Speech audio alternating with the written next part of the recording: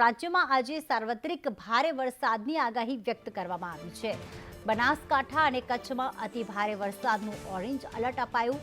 જામનગર, દ્વારકામાં આજે વરસાદનું ઓરેન્જ એલર્ટ અપાયું છે, જ્યારે પાટણ અને સાબરકાંઠામાં પણ ભારે વરસાદનું યલો એલર્ટ આપવામાં આવ્યું છે।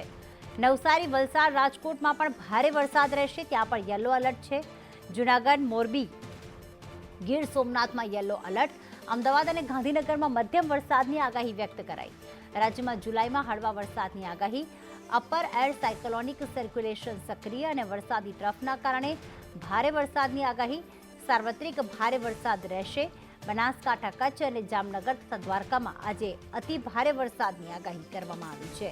છેલ્લા 24 કલાકની અંદર 171 તાલુકામાં વરસાદ નોંધાયો છે, પરંતુ આ વખતે હવામાન વિભાગ દ્વારા જુલાઈ માસની અંદર મધ્યમ વરસાદની આગાહી વ્યક્ત કરવામાં આવી છે, એટલે કે કેટલાક જિલ્લામાં ભારેથી અતિભારે રહેશે, બાકી સાર્વત્રિક મધ્યમ વરસાદની આગાહી વ્યક્ત કરવામાં આવી છે જુલાઈ માસમાં।